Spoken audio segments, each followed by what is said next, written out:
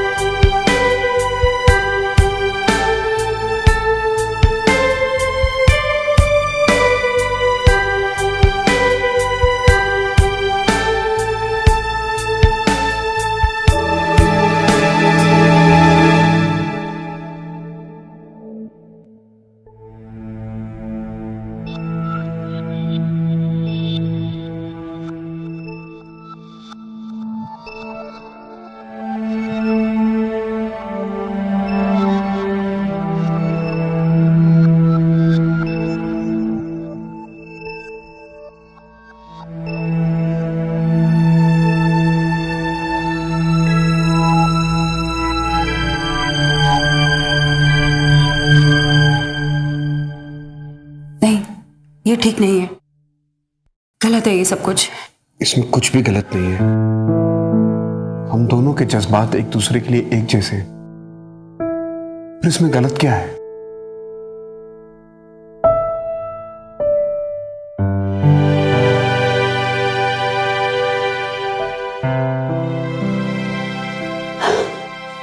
नहीं, गलत है। भैया, घर ढूंढने में आपको कोई प्रॉब्लम तो नहीं हुई? नहीं, कोई प्रॉब्लम नहीं हुई। मम्मी, जल्दी आइए, सब लोग इंतजार कर रहे हैं। बस आई बेटा, तू तब तक नाश्ता तो करा। ओके, समोसे लीजिए भैया। हाँ, लेता हूं।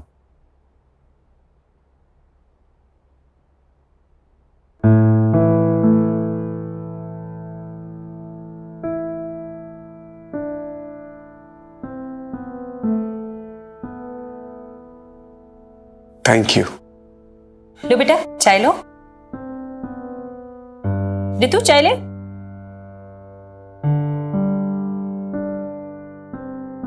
देखिए विजय जी, हमने रितु को बड़े ही प्यार से पाला है। इसके पापा तो हमें बचपन में ही छोड़ के चले गए थे, तो पापा का प्यार क्या होता है रितु को नहीं पता। लेकिन अब जब संजय से शादी हो जाएगी तो बड़े भाई के रूप में इसे पापा का प्यार भी मिल जाएगा। इस बात की मुझे बहुत तसल्ली है। सुरभि जी, आप बिल्कुल चिंता मत कीजिए। रितु मेरी बेटी की तरह है। एक बार वो बहू बन के हमारे घर आ जाए तो बस मेरी चिंता भी खत्म हो जाएगी। सही बात है, और मैं भी फिर बरेली चली जाऊंगी। अरे, आप बरेली वापस क्यों जा रही हैं? आप चाहें तो हमारे साथ हमारे घर पर भी रह सकती हैं। अरे नहीं नहीं, हमारे यहाँ तो बेटी के घर का पानी भी नहीं पीते, और आप मुझसे कह रहे हैं मैं बेटी के घर में ही रह जाऊं? नहीं नहीं, ये नहीं हो सकता। तो आप यही रहिए ना। बरेली अकेली जाकर क्या करेंगी? यहां पर रहेंगी तो मिलना जुलना भी लगा रहेगा। हाँ मम्मी, भैया बिल्कुल ठीक कह रहे हैं। आप मेरे ससुराल में नहीं रह सकते तो क्या हुआ, यहाँ तो रह सकते हो। अच्छा अच्छा, मैं रह जाऊंगी। अच्छा विजय जी, सुनिए ना, पंडित जी ने नेक्स्ट वीक का मुहूर्त निकलवाया है। उन्होंने बोला है वो शुभ है। आपकी क्या राय है? पर मुझे क्या प्रॉब्लम हो सकती है? संजय और रितु अगर ओके हैं तो। अब भैया, हमें कोई एतराज नहीं है, आप दोनों जैसा ठीक समझे। तो ठीक है, अगले हफ्ते इन दोनों की शादी करवा देते हैं। जी बहुत अच्छा, फिर इस बात पे तो मुंह मीठा करना बनता है ना? बिल्कुल। लीजिए ना, जलेबी लीजिए ना।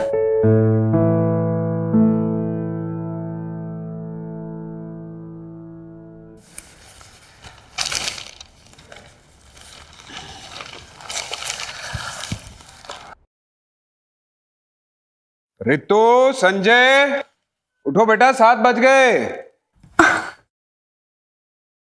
कहाँ जा रहे हो? आवाज लगा रहे हैं ना भैया। अरे आज संडे है ना, ऑफिस थोड़ी है कि वो लेट हो रहे हैं। पर भैया की चाय तो लेट हो रही है।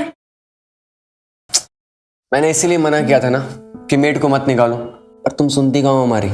घर से लेकर ऑफिस का सारा काम तुम संभालती हो। 1 महीना हो गया हमारी शादी को, तुम मेरी बीबी हो, मेड नहीं।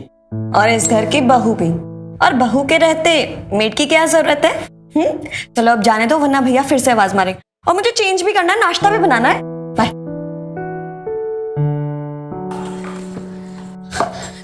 गुड मॉर्निंग भैया। Good morning.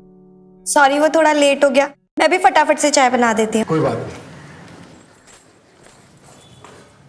बेटा, आज तो संडे है, तुम अपनी मम्मी के घर जा रही हो ना? नहीं भैया, मैं नहीं जा रही, एक्चुअली मम्मी आ रही है शाम को। अच्छा।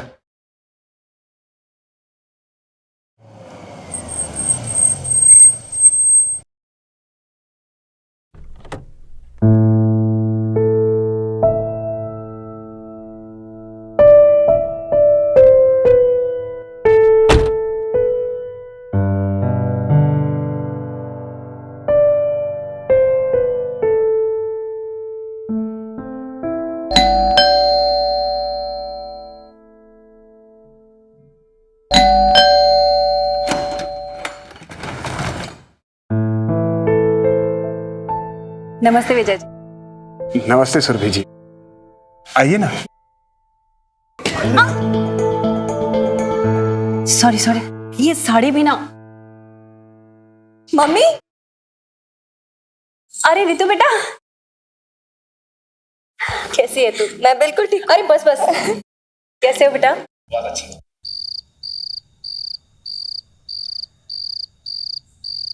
अरे रितु, जरा चावल लेके आना। हाँ लाती हूँ।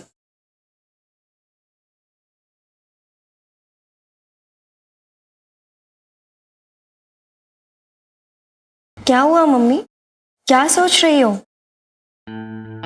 कुछ नहीं बेटा, मुझे देखकर आज बहुत खुशी हुई। आज मुझे मौत भी आ जाए ना, तो कोई गम नहीं। मम्मी कितनी बार कहा है आपसे, ये मरने वरने की बातें मत किया करो, मुझे बिल्कुल अच्छा नहीं लगता। ही बेटा, आज मैं सच में बहुत खुश हूँ। तुझे संजय जैसे इतना अच्छा पति और पिता जैसे बड़े भाई का प्यार इसी घर में मिल रहा है, और क्या चाहिए। मैं तो सोच रही हूँ मैं बरेली चली जाऊं। वैसे भी अब अकेले मन तो लगता नहीं है, और बेवजह रेंट देना पड़ता है घर का, तो बरेली जाके अपने फार्म हाउस का काम देख लूंगी। कैसी बातें कर रही हो मम्मी, ये भी तो आप ही का घर है ना। रितु तुम बिल्कुल ठीक कह रही हो। सुरभि जी, मैंने तो पहले भी आपसे कहा था, आप यहीं शिफ्ट हो जाइए। क्यों रितु? अरे नहीं नहीं, मैं यहाँ कैसे रह सकती हूँ? मेरी बेटी खुश रहे बस, और मुझे क्या चाहिए। मम्मी प्लीज चुप हो जाओ। कुछ नहीं बेटा, आज तेरे पापा होते ना तो तुझे देख के बहुत खुश होते। मैं मानती हूँ मम्मी कि पापा के जाने के बाद से आप बहुत अकेलापन फील करती हैं। अगर आप चाहे तो मैं आपके साथ घर शिफ्ट हो जाऊं। अरे नहीं नहीं बेटा, तू अपने घर में रह। मुझे तो बस तेरे पापा की कभी कभी बहुत याद आती है। सुरभि जी,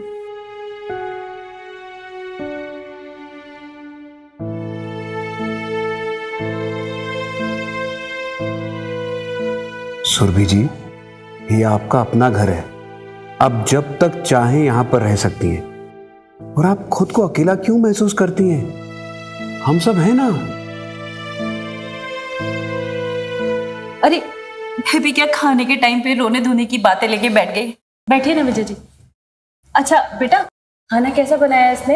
अरे मम्मी जी, खाना बहुत अच्छा बना है। ऐसा लग रहा है कि सिर्फ खाता जाऊं, लेकिन सोच रहा हूं कहीं पेट ना खराब हो जाए।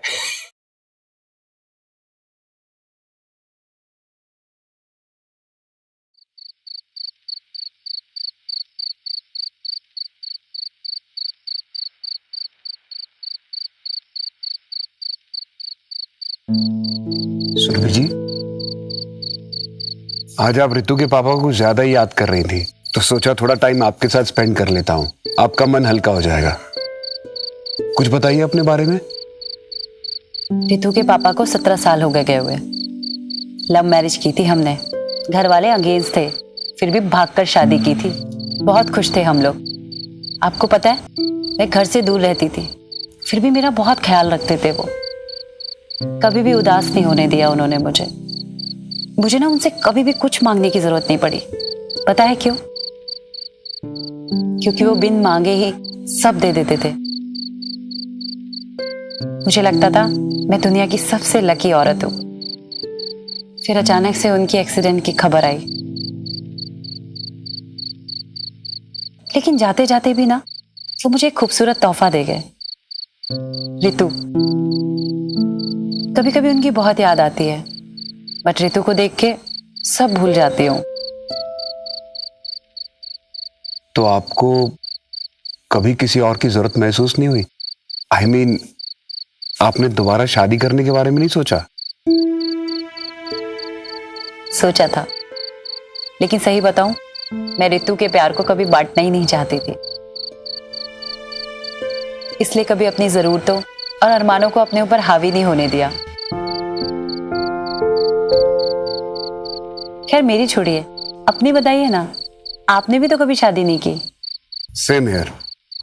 हमारी अरेंज मैरिज थी, लेकिन मेरे और सुधा के बीच ऐसी बॉन्डिंग थी जैसे हम दोनों एक दूसरे को कई जन्मों से जानते हो। उसे पाने के बाद मुझे ऐसे लगा जैसे मुझे सब कुछ मिल गया है। उसका मुस्कुराता हुआ चेहरा देखकर मैं अपने हर दुख, हर दर्द को भूल जाया करता था। क्या कुछ नहीं किया उसने मेरे लिए। वो मां बनना चाहती थी, लेकिन मुझे ऐसा लगता था कि अगर हमारा अपना बच्चा हो गया तो मेरा और सुधा का प्यार संजय के लिए बढ़ जाएगा। इसलिए मैं अपना बच्चा नहीं चाहता था, और उसने इस बात में मेरा साथ दिया। लाखों में एक थी वो। आज भी ऐसा कोई दिन नहीं जाता जब उसका मुस्कुराता हुआ चेहरा मेरी आंखों के सामने ना आए। आप ही बताइए, इतना प्यार करने वाली, इतना त्याग करने वाली बीवी की जगह कोई और ले सकता है क्या? वाकई में आपकी बीवी तो मिसाल थी, लेकिन कोई तो होगा ना जो आपकी भावनाओं को समझ सके, आपको समझ सके। और अब तो संजय की भी शादी हो गई है। I think you should move on. हाँ, पर अब कोई ऐसा कहाँ मिलेगा? आप खुद को ही देख लीजिए ना। आपने रितु के लिए क्या कुछ नहीं किया, और अब तो वो सेटल भी हो गई है, तब भी आप अपने बारे में नहीं सोच रही है। आई थिंक आप सही कह रहे हैं। हम दोनों की कहानी एक जैसी ही है। हम दोनों ही मूव ऑन नहीं करना चाहते। शायद हमें आदत हो गई है ऐसे तन्हा रहने की।